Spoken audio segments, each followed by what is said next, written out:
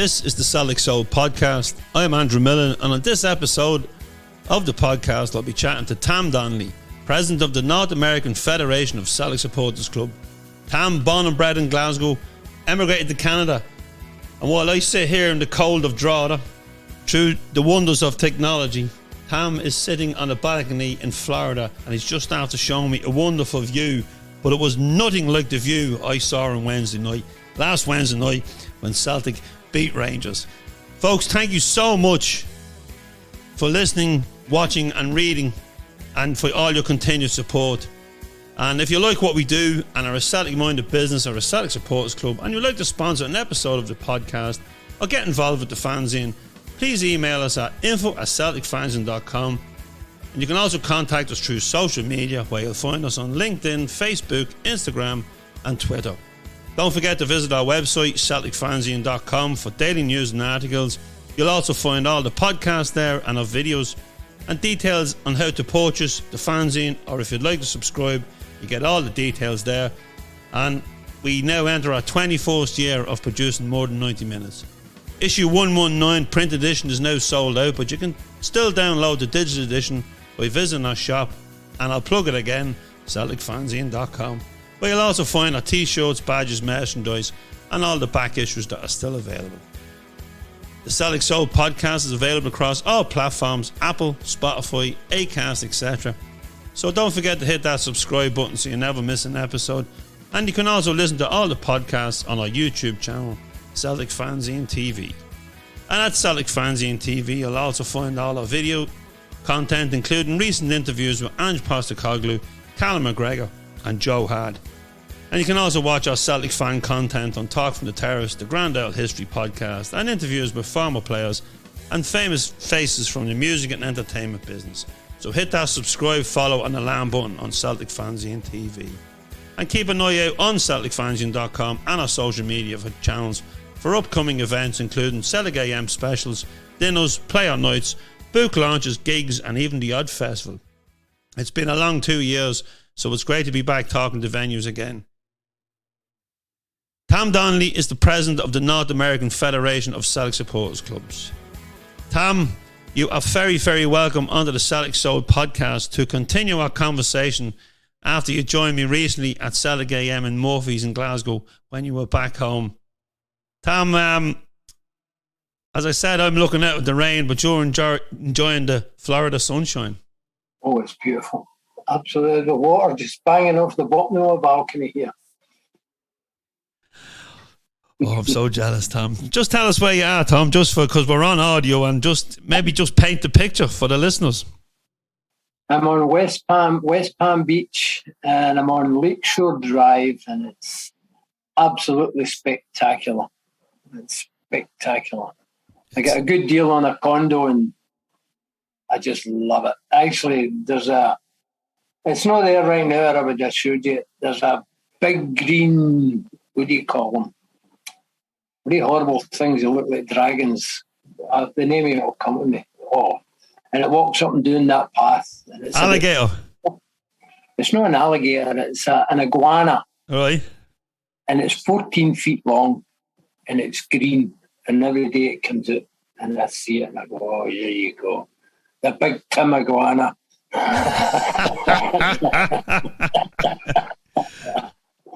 Tam, right, listen, before I kick off now on a little journey with you through your Celtic soul, Las Vegas, after 2 years of uncertainty, are we finally getting back to the entertainment of capital of the world?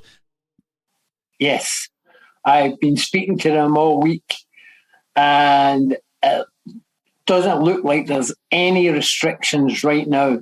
The problem was, I'm saying, okay, what is if things go belly up? Was the big problem in dealing with them was the clause in the contract I have with them. It's if we don't go and do it as a 25,000 with the amount of rooms that I've put aside just for Celtic supporters, there's a $25,000 fine, or not a fine, they grab if I can't get the rooms in there. So that was a lot of trying bargaining, put it like this.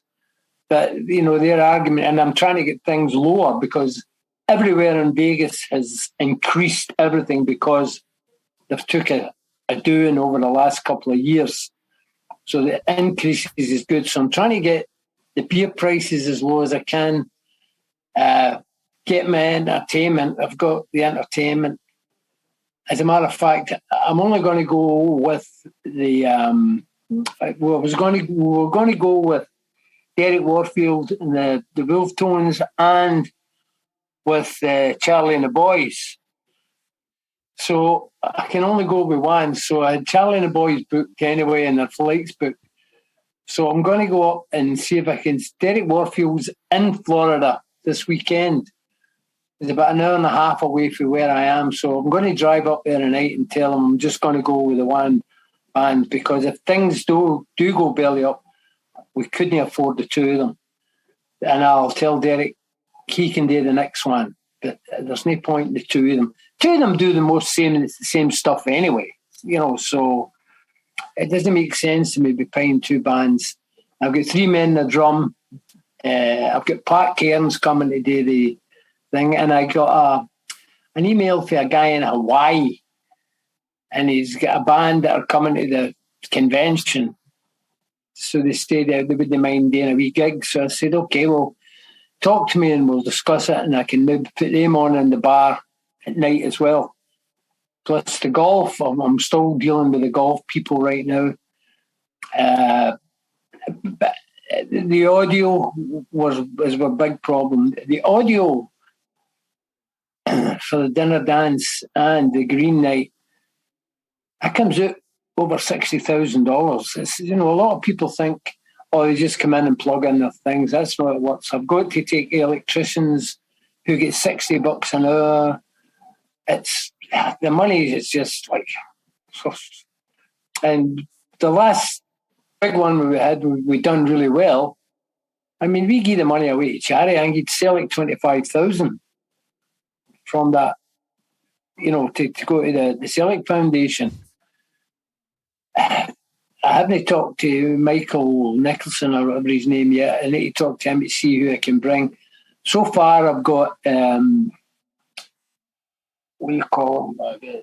George McCluskey's coming.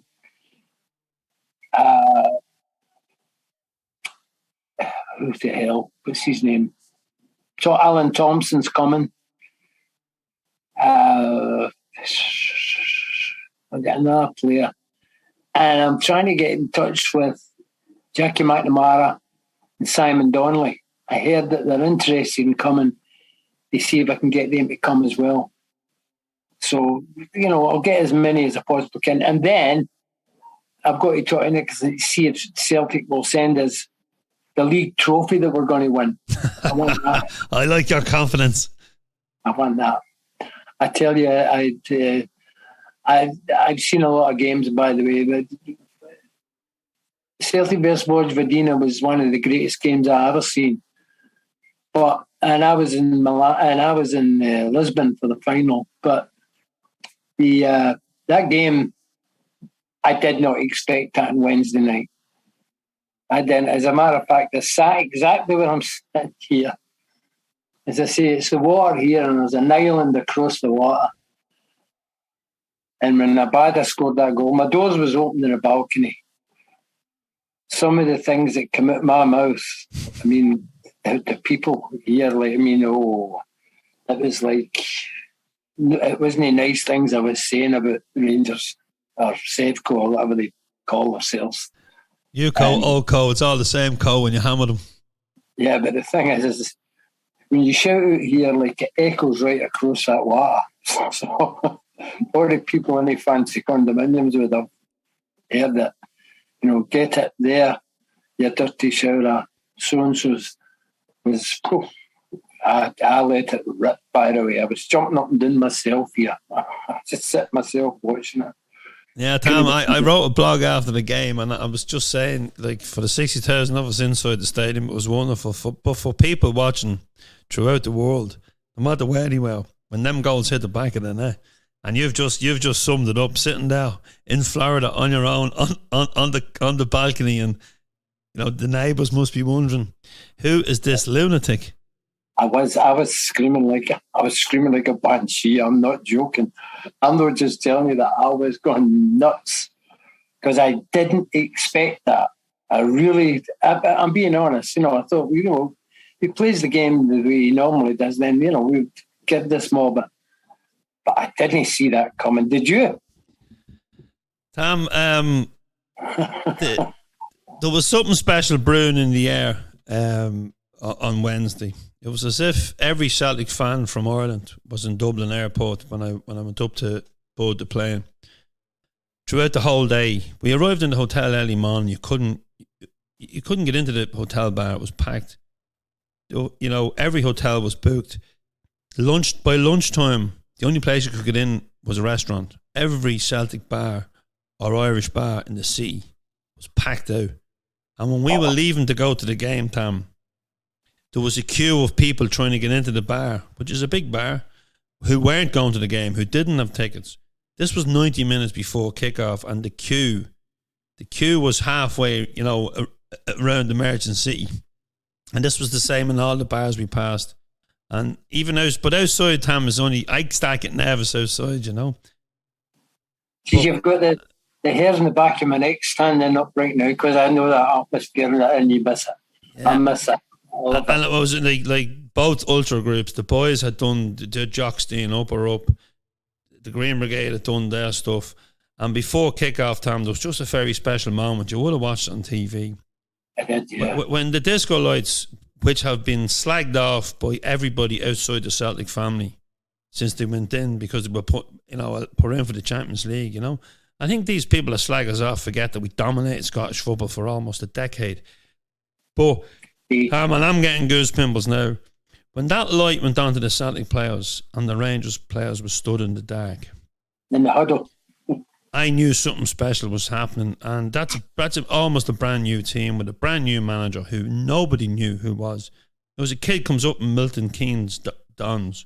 Nobody knows who this kid is unless you're watching, unless you're a anorak of football. And now we have and by half time, we were just looking at each other. The smiles were saying it all. We didn't have to say much. And in the second half, they dominated as well. But it's only 3 points, Tam, and we still need to keep going. The League Cup is in the bag, but I think there's a lot more to come. Oh, I think so. If he's, I trust him and I believe him when he said after it, and I listened to him when he said after it, and we're still not there yet. I was like, oh yeah, beauty. Like he's not going to stop. He's going to make sure. And that should have been 6-0. But the game on Wednesday night was they were getting in the net. All these other teams where it's been 1-0 and close, they've been hitting half bodies and no getting in, hitting the bar, hitting the post. They just weren't getting in. Now they know where that net is, and then more they bang that in there, and more we'll shove it right up their arses at establishment. Right up them, by the way. Oh. Now, just for the listeners, we're recording this on the Saturday before the Motherwell game to go out next Friday because there's not much time now with all these games coming up, Tam. Because I'll be in Motherwell tomorrow and I'll be in Aberdeen on Wednesday. So this is the best chance to get you down because once all this Las Vegas stuff was announced, I knew I had to get you on. But Tom, the League Cup's in the bag, as it says, and you're hoping to bring that trophy to Las Vegas. And what a week it's going to be in the Las Vegas heat with the entertainment capital of the world. With some great characters from both who have played with Celtic, and there'll be even bigger characters from the Celtic fan base, as there always is. But Tom, it's been a tough 2 years for everybody, and this would be some way, if we could go on and lift that league trophy and go and have this party in the sun. So it would be an unforgettable week for us. But you recently came this way, and you were recently home to visit family and friends in Glasgow. How was the homecoming? And it is a nice time to come back to Glasgow with such the buzz around the team now as well.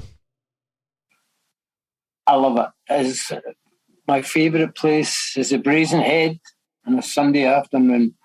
With all the boys that I went to school with, ran around with, went to the dance meet. They're all the Gorbals boys. They're all still there. I was sitting in the Brazenhead. They've got their own place. I've even got wee plates with their names on it.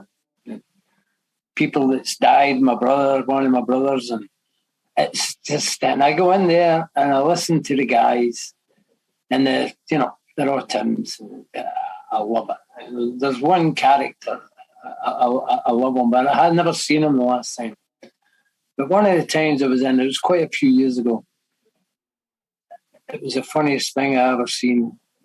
I'm not going to mention his name, but you'll have an idea who he is if you go into the Brazenhead. They're sitting in the Brazenhead and Rangers is playing in the cup final up in Hampden. The door bursts open and he puts his back against the door. Right, this place is packed, the Brazenhead's packed, and he shouts, "Right, yeah, sure are, bastards. This is it. This is the day we can do it. That game started up in Hampden. Who's with me? We're going up to burn other buses." I said, "Nobody's leaving this pub till I get volunteers. We're going up to burn all the buses. They're all coming. When he come out of that game, there'll not be any buses for them." But it was the way he was stoning with his horns against the door that nobody's leaving here till I get my volunteers. It was as funny as hell. You'd know who I mean. Sometimes he dresses up as a Pope when he goes to the games and things. I'm saying You'll know who I mean. He's a character in the suicide, but and all the boys, they just, yeah, we're going. Like, we got a pint. Yeah, a pint and something doing. Oh, but that's when I get him. That's one of my biggest highlights is my Sunday afternoon. Yeah, as you know, I don't drink, but my Sunday afternoon for 2 or 3 years, I get down there and I get all the stories and what's happening, and then I'm back into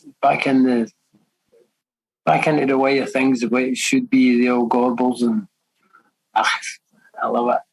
I can remember I used to work in Benny's bar when I was about 17, and I think it was when Celtic beat Dunfermline in the cup final, and I was working behind the bar, and Benny's bar was right on Gorbals Cross. So all the Belfast mob are there. That was their place. And our boys for Derry, what do you call that part in Derry, down the hill? You know what I mean? You get through the balls down into the bog side. The bog side. So they're all in there. So Benny, the guy that owns it, says, "They're going to miss the boat. Look at the state of them." The first time, any of us has really seen them Celtic winning it this time. We need to get them out. They need to get in that boat. I don't know how we're going to get them out. I says, "You're not getting them to move." He says, "Do you know a few of them?" He says, "Is there any way you can get them up? Get them down to the docks and get them on that boat." I said, "I'll tell you what. He's a tricolour." So he gives me the tricolour. So I got up one end. It's a big long bar. I got up at one end of the bar with the tricolour. Marched up and down the bar with the tricolour, singing the soldier song. They're all cheering and that. And I get to the end of the bar after a couple of verses. Jump down. He opens the door and I go into the street. And it was like the Pied Piper. They all come out with the bog at their pints and everything. And they're walking right down the street, right down to the Broomall. It just kept going. It was a procession like you've never seen in your life, us singing and dancing. That was another thing with the Gorbals. That was another one that we'd done in Benny's. It was a scream. He was like, "I don't know how you done that." That's what they were saying. It's fucking Pied Piper, it says, the way they all went out that doorway. They were just marching. "Come on, boys!" You get the tricolour going. That was amazing. The night I went to Lisbon, I remember I went up to see a girlfriend who was my wife at the time, because I'd cancelled the wedding, which I've told you. So I had to go up and see her. We were supposed to get married, so I cancelled the wedding to go to Lisbon. Oh, these things happen, you know. You can get married anytime, but you can't see Celtic in a final every day. Oh, no, I need that money. I need that money. I remember Runa had my tricolour, my scarf, my hat, shirt. Goes up to her street, up to her house. Her dad says, "Go, bring back a cup." I said, "Aye, all right." I walked down the street. People shouting to me when I'm walking down the street, "Bring it back, big man, bring it back, bring it back." It's aye. The bus comes. I go on the bus. They times there were no doors on the bus. It's again in the back. So the conductor says, "Where are you going?" I said, "Lisbon." So I go up the stair, and she says, "Sit there in the inside." I said, "I want to smoke." She went, "You can smoke there if you want. You know, you're only allowed to smoke down the stairs." I said, "All right." And she said, "Sit there. And everybody's going to see you when you come on the bus, because I got this big giant tricolour on a stick." She said, "You'll sit there." I said, "Fine." Right down to everybody coming on the bus, "Bring back a cup, bring back a cup, bring back a cup." Get to Gorbals cross. He stops in the middle of the cross. There's not a bus stop. He stops in the middle of the cross, the bus driver. Turns off the bus, comes out the bus, and comes round to me. And Gorbals cross is packed with people, with buses all going to Lisbon. Hugs me. This is the driver of the bus. All the traffic stopped. "Make sure you bring back that cup, big man. Make sure you." I said, "Aye." That was a great memory as well. Like that day leaving just to go. It was it's kind of hard to explain there. And coming back was the cavalcade of buses coming through the mountains with the limousine in front of all the buses, and the motorbikes at the side of the buses, motorbikes at the back that were taking us all back into Lisbon. And as you go down the hill, if you looked back, you seen all the buses all the way around with all the scarves and tricolours and everything. The sirens going, and these motorcycle cops taking us down the hills. Oh, it was amazing. And now, amazing. Tam, I'm getting the hair standing on the back of my neck. That was amazing. And then when you get to Lisbon, of course, all the people were out in the street, and you just scarf out the window in your tricolour. The bastards were standing at the traffic lights pulling them off us. All your souvenirs that you want for the game. So if you stopped at a traffic light or anything like that, the people was packed at the corners, were just pulling them off you, going, "Hey, that's my fucking banner." Hey, you know, they would steal it. They were just grabbing them as you passed, like they wanted the souvenirs. Tam, what age were you when you went to Lisbon? Well, it was 1967, right? 67, 21. Oh, perfect. Just perfect. 21. I was 21. I suppose perfect at any age, but it just, you know, I remember my days of 21 and they were good. They were wild. Funny thing is I think we arrived in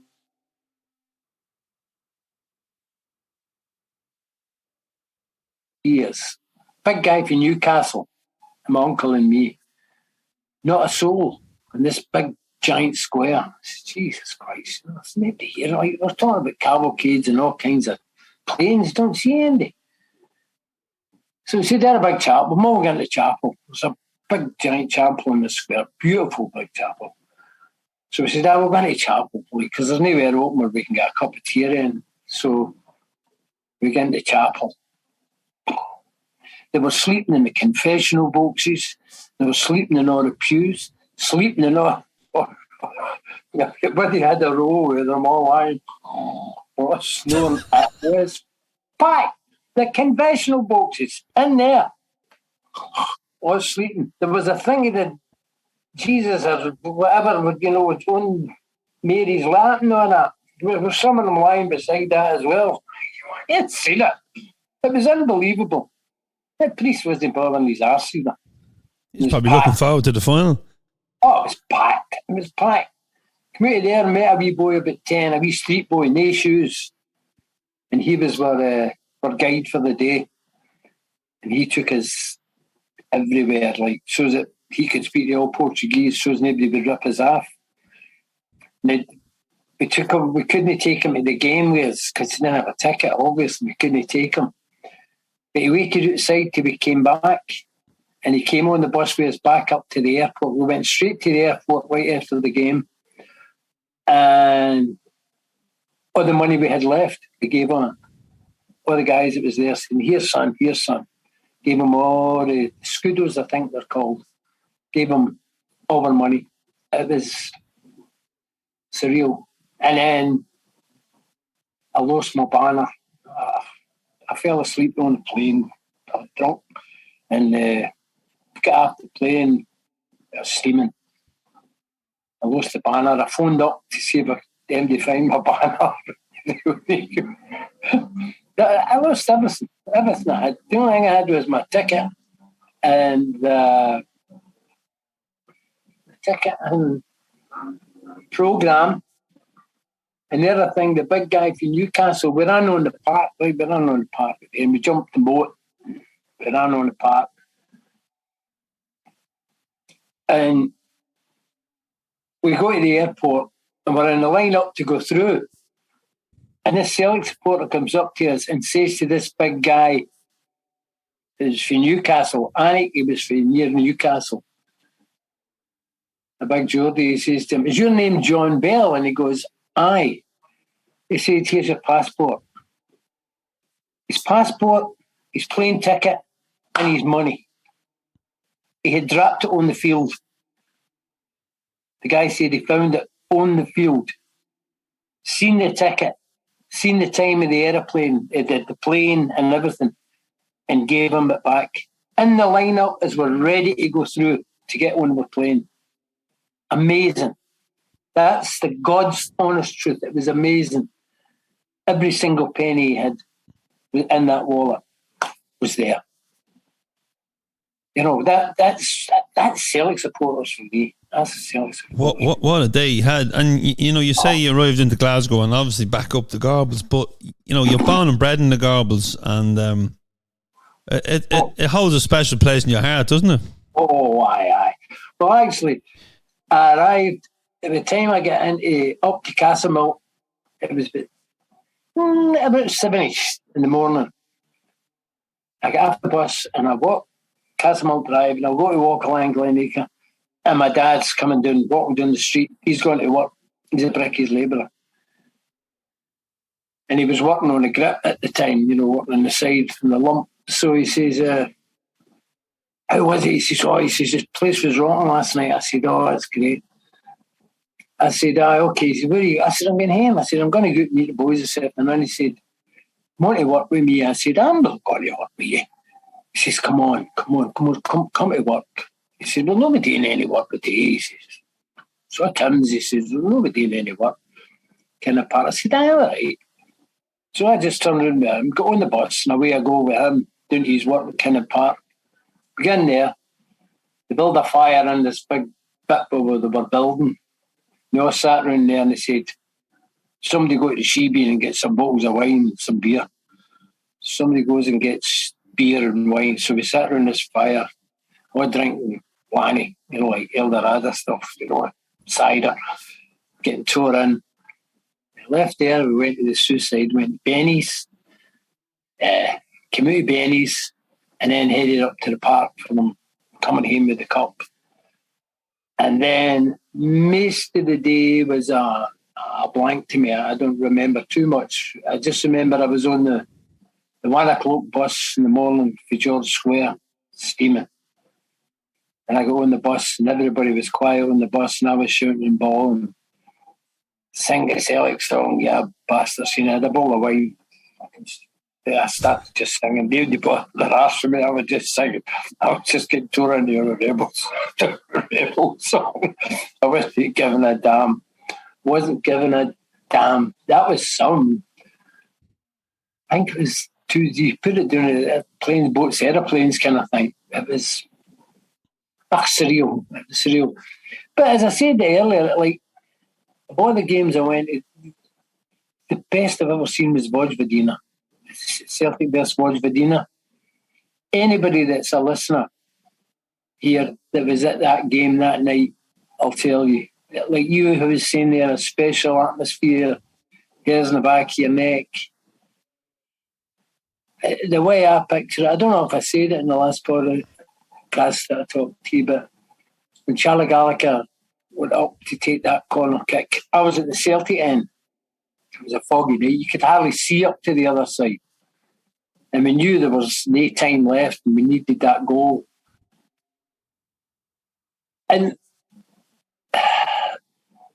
to me, and anybody who was there, I think will tell you, as Charlie Gallagher run up to take that corner kick, as he come back to take the corner kick, you could have heard a pin drop in Celtic Park. You could have heard a pin drop. There wasn't a roaring, come on, come on. It just went silent. And I swear to this day, I could actually hear him kicking it, the corner. And more or less, I know it wasn't, but you feel as if you heard the ball rattling down the neck after McNeil put it in. And then after that, it was carnage in the Celtic end. I mean, there were bodies everywhere. I was up the pylon to watch the game. And I come flying up the pylon. Remember the big pylons are too big? I come flying up the big pylon. Oh! Bodies everywhere. That game was the hairs in the back of your neck one, that one. And that goal will always be a special, special goal for me. Like, I'll never forget it. Anybody that's listening that was there, I would guarantee they would tell you exactly what I just said if they were there that night. It was, oh, God almighty. And yet another Gorbals connection in Charlie Gallagher, a gentleman who we lost last year, and he'll be sadly missed. He came to be. I had him in Vegas once. What a lovely, an absolute gentleman, by the way, an absolute gentleman. He really is, or was. Yeah, Charlie was a good guy, and he never get really the same recognition as most of the players from Steam. I think he never got the same recognition. I mean, he was the man of the corner kick that he put in that night against Vojvodina was the exact same kind of corner kick that he put in for Billy McNeil to beat Dunfermline in the Scottish Cup final. It's like just a replay. It's exactly the same. And that was Charlie Gallagher. He could pass a ball, hit a ball, and he could dribble. So, but then you had Jimmy Johnson, so Charlie was there and Stevie and Lennox was in the left wing. Charlie was a number 10. But then you had Bobby Murdoch. You know what I mean? So there was plenty of competition. I was a hard team to play for, definitely. Hard to replace any of them. But Charlie, I met him, was a lovely, lovely, lovely man. He was just, I'd never spoke to him, and I just had a wee walk with him. I think we were in, I can't remember which hotel it was, but he was really pleasant, soft-spoken person. No, really nice, really just a nice man. Well, how I met Charlie was I was back, must be 20 years ago when I started to do the fanzine. I was selling it outside the stadium, and Charlie came up and bought a copy off me, and we got chatting. And he said he was after parking his taxi and he was going to the game. He was driving a taxi at the time. I didn't know it was Charlie Gallagher, but I had a little chat with him, and again very softly spoken. He walked away, and there was one of the other lads was selling across from me. And he walked over to me and he said, "You know who that was?" He told me. So then the next time Charlie came up, we got talking, and this was before, camera phones. And so over the years then Charlie came to a couple of our dues and a couple of our dinners, and always the complete gentleman. And he'll be sadly missed by so many, because of all the people I've interviewed, and there's been a lot, This was a pen and paper interview I done with Charlie in Ballymena. Charlie McGinley organised it for me. We went into a back room while the function was going on, and Charlie cried during that interview. And I must have had 5 or 6 foolscap pages.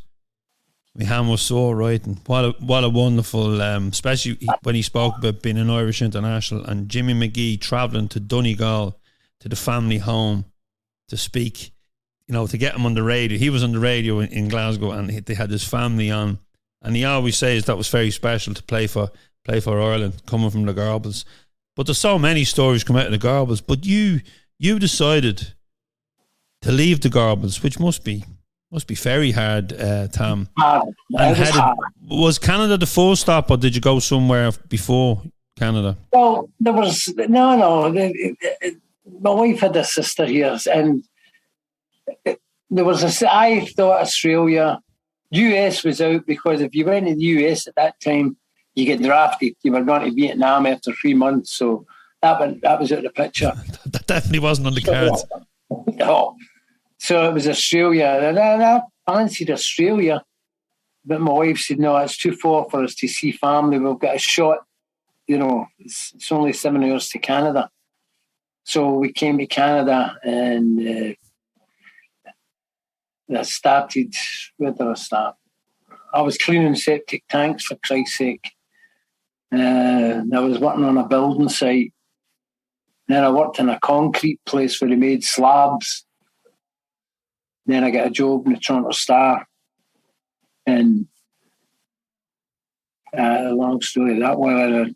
The pressmen didn't talk to the labourers. I was a labourer. And I happened to say one of the pressmen one day, I was passing, hi, how are you doing? And he said, F off, you scab, don't talk to me. I said, why? He says, F off, you scab, don't talk to me. I said, I'm not a fucking scab. So he's talking to you. He says, I'm talking to you. I said, you want to go outside and call me? He was a big guy. I said, you want to go outside? Talk to me. Say that to me. He said, let's go. So the two of us go outside the cafeteria. And he stands there, so he puts his hands up, right? So I just stuck a nut on him, and and he went down, so I jumped on him. So the next thing I know, I got everybody pulling me off him.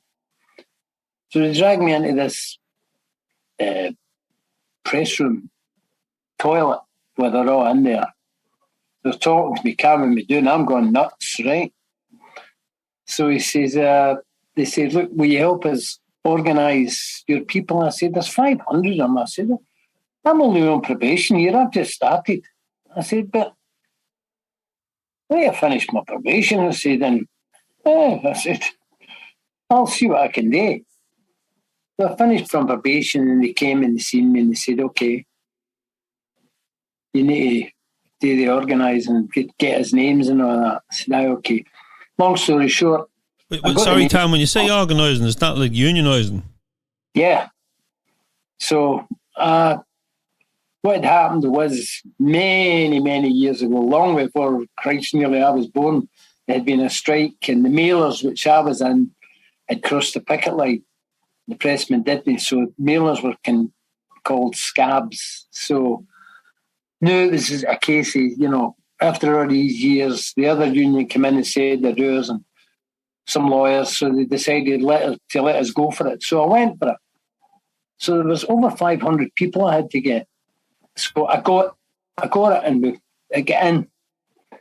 And then I get called into the union office for the president at the time, and he said, brilliant, well done. She's in, blah, blah, blah. Now we want you to take nothing to do with this. You just go in and do your work. We'll protect you.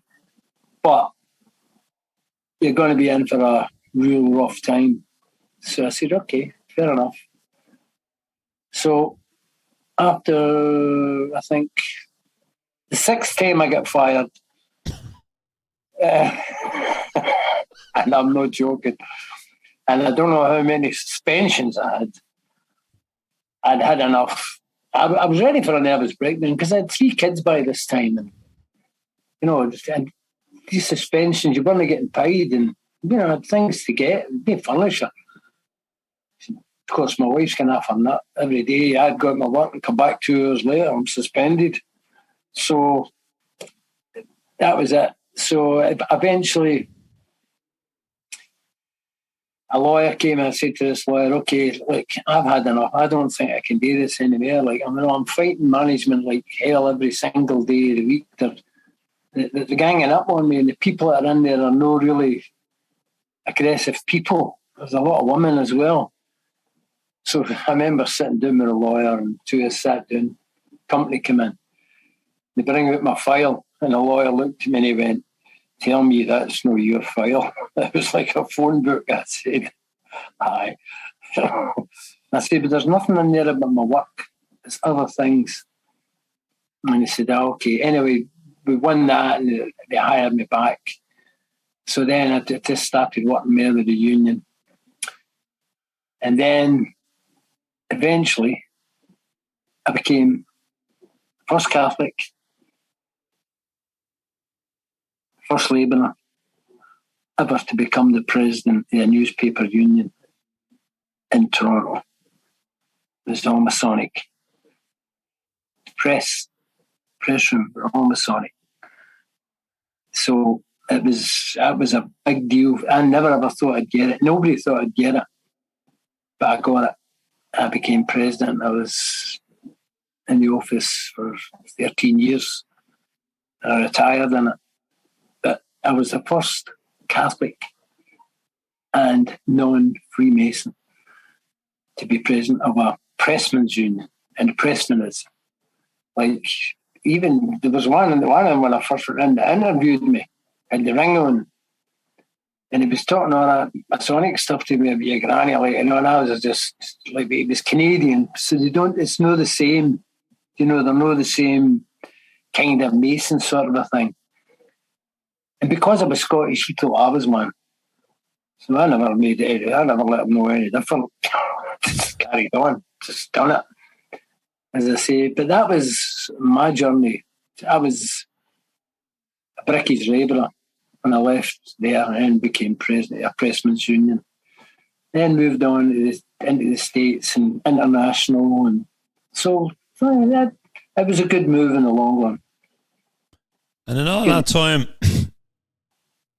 time, Tam, when you were away, obviously Celtic is so close to your heart. You'd been to Lisbon, so you're obviously missing it. But it wasn't like now, Tam. You didn't get highlight packages. No, you couldn't log in and watch a match. No, nothing. Newspaper, was it newspaper print you were getting sent over? Sometimes, or shoot, if you could, sometimes on the shortwave radio. But every week, my brother Michael would send me a 9-page letter with drawings on it of how a goal was scored, the net, a goalie diving for it, and the whole thing about the game. He would send that every week. He sent me a whole thing about the game. And then, we started the North American Federation with a couple of clubs. And the beauty of that was, when we get started, another club started phoning Jackie to say, "Look, we want to be part of this." The beautiful thing about my job was, as the president, I had travelled all over the States for different meetings and things. So the first thing I would do would find an Irish bar, see if I could get a Scottish or an Irish guy to meet me. Through the internet, meet me there and say, "You want to start a club? You want to do this? Want to do that?" All over America. We had 78, I think, was the amount of clubs we'd got in Seattle. We had them everywhere until, Celtic TV and different things. But Jackie Meehan was a fabulous president. He was I was just his side man. Jackie was he was the pusher. He would just say, "This is what I want you to do." He'd let me negotiate with the satellite people, and he more or less done everything else. And Jackie and I spoke every single day to one another. Every single day. At 6 a.m, Jackie's call. Right, this is what we're doing. Get this done. Get that done. Have you got this done? And then Peter. So, Jackie was the president. And then she said, that's enough. And then she said, you can take over. I said, fine. I never really wanted it. I was quite happy as vice president, but I didn't want to see it going anywhere else. So I took it. And it's been... I'm very proud of it. It's the same as Jackie and the guys that are on the committee, Mike Boyd. I mean, they're a guy that never walked by a pub. I mean, he's vice president. There's a guy who just walked by a pub in Chicago one day, heard a noise, went in, and it was a Celtic game. And now he's vice president of the thing. And he has no connections, Irish, Scottish, English, or anything. I mean, I think he goes back to the Roy Rogers these days, you know what I mean, with his family in America. And Mike's a fabulous guy. Fabulous guy. Yeah, so, Tom, we had Jackie on the podcast, I think maybe 6 months ago or longer.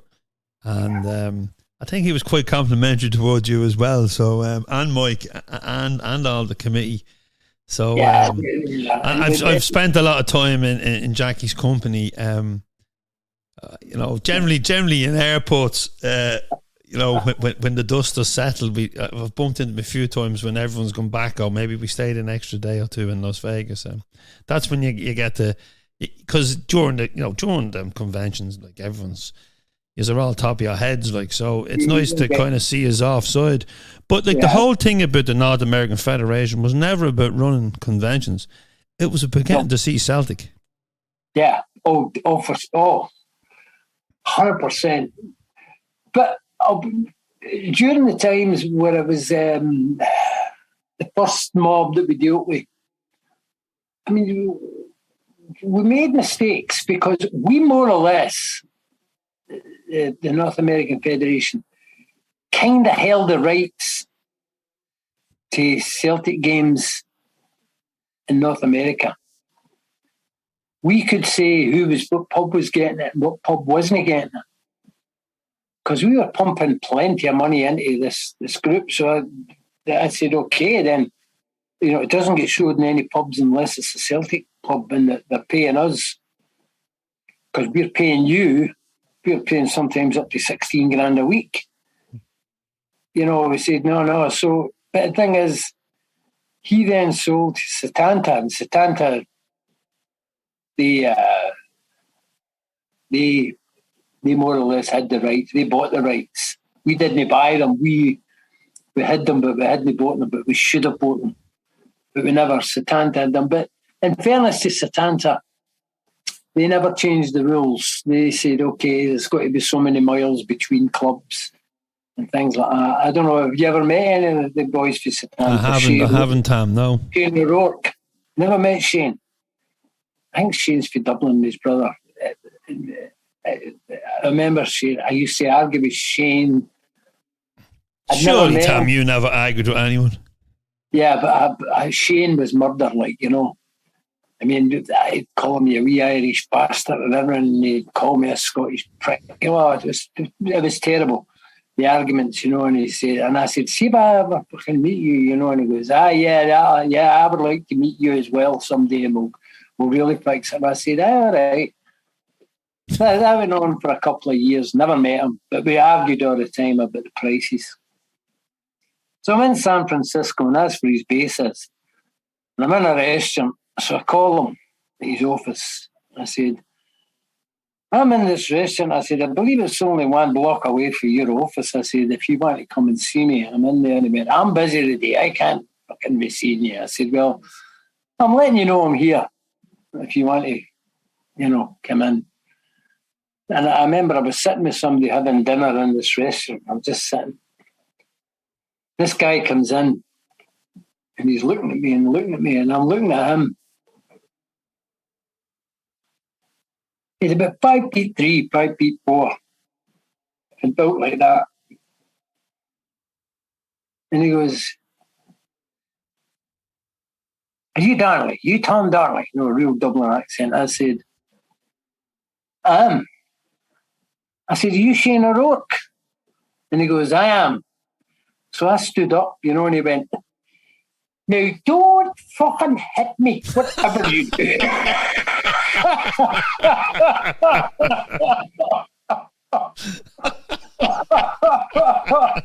That's exactly what he said. Please hold it. Don't fucking hit me. So I just started laughing like that fucking size, this cheeky wee bastard been calling me everything under the sun. You know what? Him and I became great friends. Great friends. Smashing wee guy. Absolute lovely, lovely wee guy. Lovely wee man. Took me to, I was in San Francisco another time. My wife was with me, and him and his wife came to the hotel and picked us up, and he took me for a trip to Bred, San Francisco and other places, and had a whole day with him. He took me to a place in San Francisco. You know the song "Sitting on the Dock of the Bay"? You know that one? Otis Redding. Yeah. He took me to where that song was written. And as the song goes, watching the clouds go away, we sat right in that dock and watched the fog. You couldn't see San Francisco till the fog cleared, and you see the fog clearing and you see the whole of San Francisco. Now, there's where you get the hairs in the back of your neck that's when he tells me when this is happening. And he's sitting telling me in this restaurant about it. And I'm like, Jesus Christ almighty, I'm sitting right here where that song is. And every time I hear that song, I think about that moment, sitting there with him and wee Shane telling me about it. It was, that's the kind of guy who's just really and clever. Very, very clever. Exceptionally clever. You really think, they've got somebody, he looks after some stuff, by the way. Poof.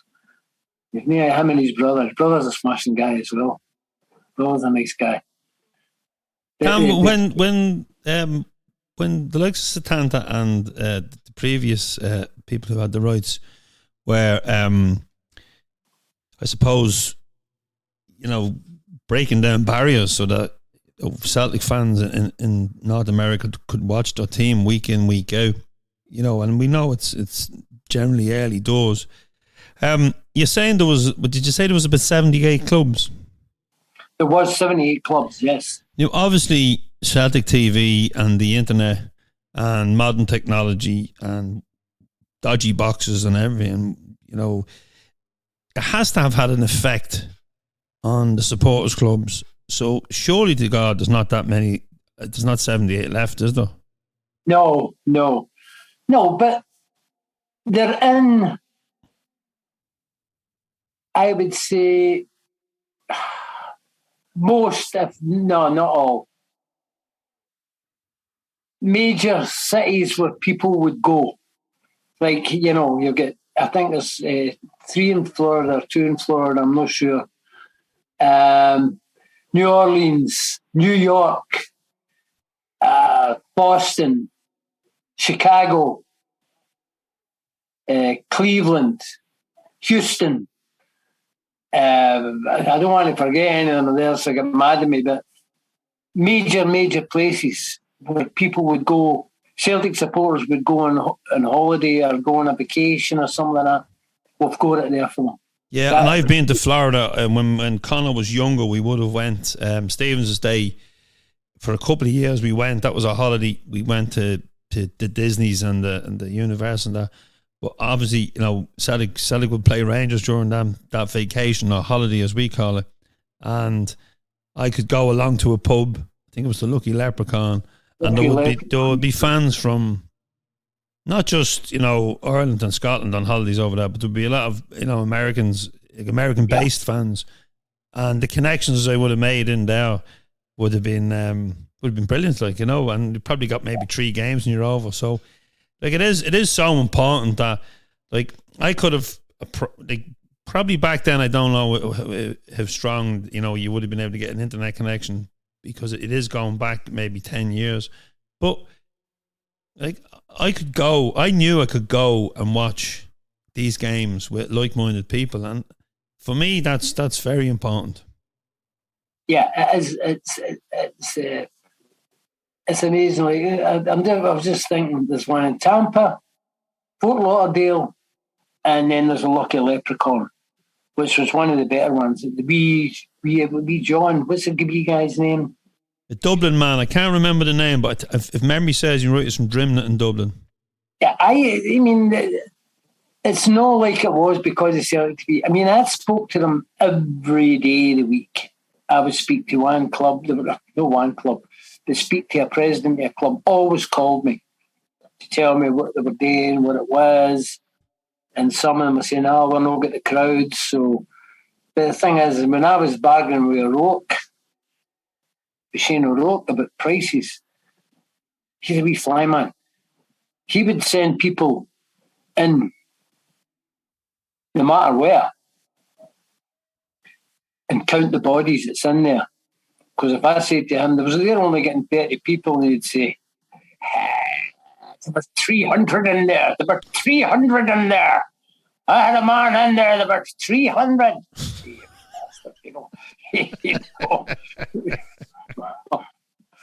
You're not telling me that. You're not charging enough. I said, oh, come on, Shane. No, what are you doing? And then I had to tell all the clubs, don't let anybody in you don't know. Starting inside by a clicker. And then when, it was on, he phoned me up and he says, listen, he says, I've got Bosnia playing, what do you call it? The Bosnians were fighting Well, it was Bosnia, Croatia, Serbia. That's the they were versing one another international. So he's got all these halls where he's showing the game.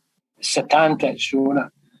So he calls me, he says, I've not got enough receivers. I think some of the Celtic clubs he would give me, he said, well, I've asked the Rangers clubs and they're not going to give them. Would you give us your thing? I said, I will send. So they sent these two big Bosnians up. Oh, I should have seen these two. They were collecting them, going to bring them back. Shane says, I need you to, can you get me some volunteers to collect at the doors? I said, aye, all right. So I said, right, you pay the guys. And he goes, aye. I said, I'll pay them this. I said, right, and 10% of the door goes to the person that does it. All right, so I phoned about any of the guys that wasn't working or a pensioner. Do you want to do the door? Want to do it? He said, aye. Saturday, did Bosnia. I said, listen, as soon as you've got all the money, at half time, bolt. Because if one of them get beat, you're going to get the money took off you. Just bolt, right? So that's what they done. So he done that with quite a few things. Even a Rangers game, he said, they had a special game or something, and he had it on, and he said, do you think you could put guys on the door for me? I said, I don't know. I said, but there's one pub. I said, I'll do the door for you. Oh, I said, you're constable. I said, no, I'm not constable. I said, no. Just put me on the door. I said, because I think he's at the Madam with you. And he says, right. I knew the guy that owned it, right? So I get doing, going to his pub. I said, how you doing, Billy? Hi, Tom, how's it going? I said, good. I knew him from Scotland before I'd left the Canada. I said, good. I said, yeah, you get a game on the day. He said, aye. He says, that fucking Satanta's sending a guy down here to do my door. He says, it's bastard, and I said, is he? He said, aye. I said, it's me. And he went, that'll be right. I said, oh. I said, you phone him up. I said, I'm a door collector today. Bastard, he says. I said, listen, no, don't be like that. Don't be like that. And he went, but my brother does the door. He's going to be raging. His brother's like one of the die-hard ones, one. And I said, well, I'm doing the door. So he says, run up to my office. Got to his office. He says, you didn't have a Tanta? I said, aye. How much a cut you want? I said, I'll have 20%. Oh, he said, come on. I said, no, not 20%. He says, I've made my deal with him. I said, I know, but you told him there was only so many on the door. I said, this place is going to be back to the gunnels, and you would be back to the gunnels. And he goes, all right, 20%. So after the game, we got up to his office, So I know how much it is because I'm the one that's nobody else is on that door. I'm the only one that's collecting. I says, right, come on, give us the readies, And he was putting the money down like that. You would go 20, 40, 60, 80, like that. He was going, bastard, bastard, bastard, bastard.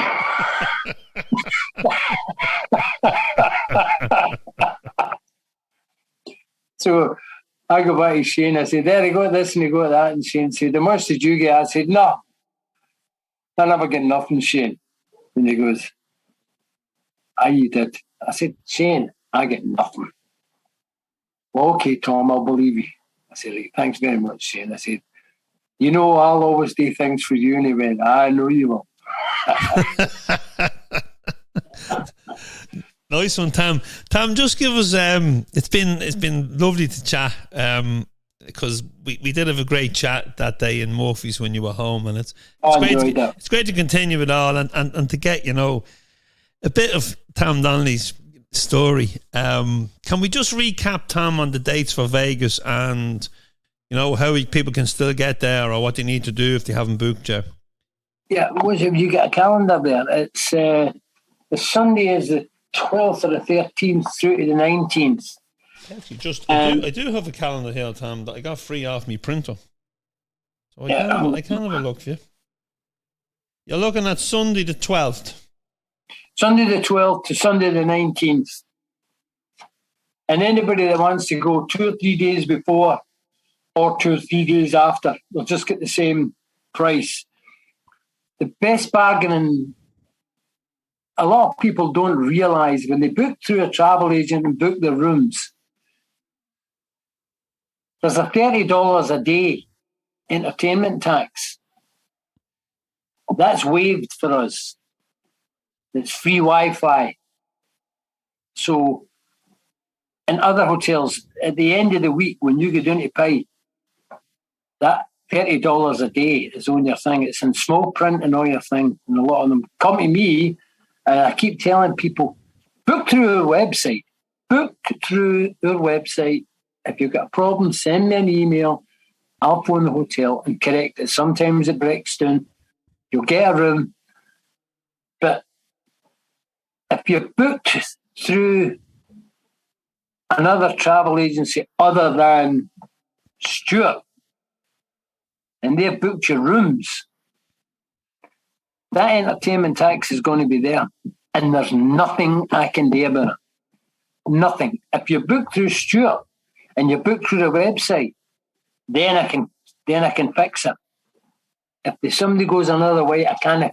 There's no way I can fix it. They just say no. You've got your deal there. Like I say, you're cashing in the Celtic supporters. You want me to come next year? Blah blah blah. They go like that. It's not that. It's in the books that way. That's the way it comes in the books. You've made your deal. We've made our deal with you. This is. We give travel agents so many rooms. That's what we take our travel agents. So okay, fair enough. Nothing I can do about it. I feel rotten for the people that come and do it, but they're well warned. Make sure you book through the website. And we'll get Challenge Boys. We'll get a pool party. We'll get the golf on the Tuesday. And we're doing it a bit different. We're doing the green night on the Wednesday, pool party on the Thursday, and then the dinner dance on the Friday. Because if you're playing the music on, say, the Thursday and the Friday, it's it's the same thing. Like, so you get a day break by just going to the pool party and letting your hair down, sort of a thing. Then you let your hair down, then it means you can dress up nicely for the Friday night. So that's what we're looking at. There's a golf day. say I've got Pat Cairns.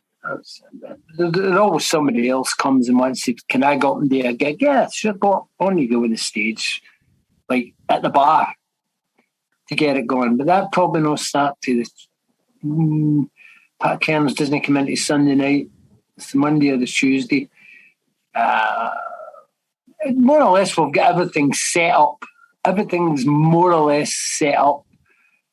Still kind of bickering on some prices, but that'll work out. Like I told them, any beer that's out of date, put it up for $2 and we'll make sure it doesn't stay out of date too long. Well, the guys from California tell me, get a Mexican beer, it's only $2 a can. And they said that's all they drink, the Mexican beers. It's just $2, $3 a bottle.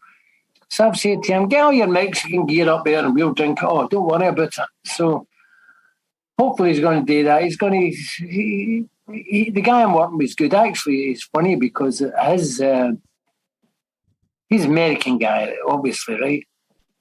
His wife's from Boston, right?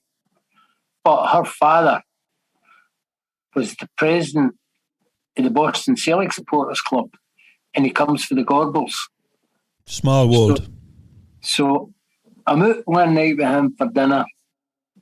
She's there, his wife. Cracking big lassie. Smash big lassie.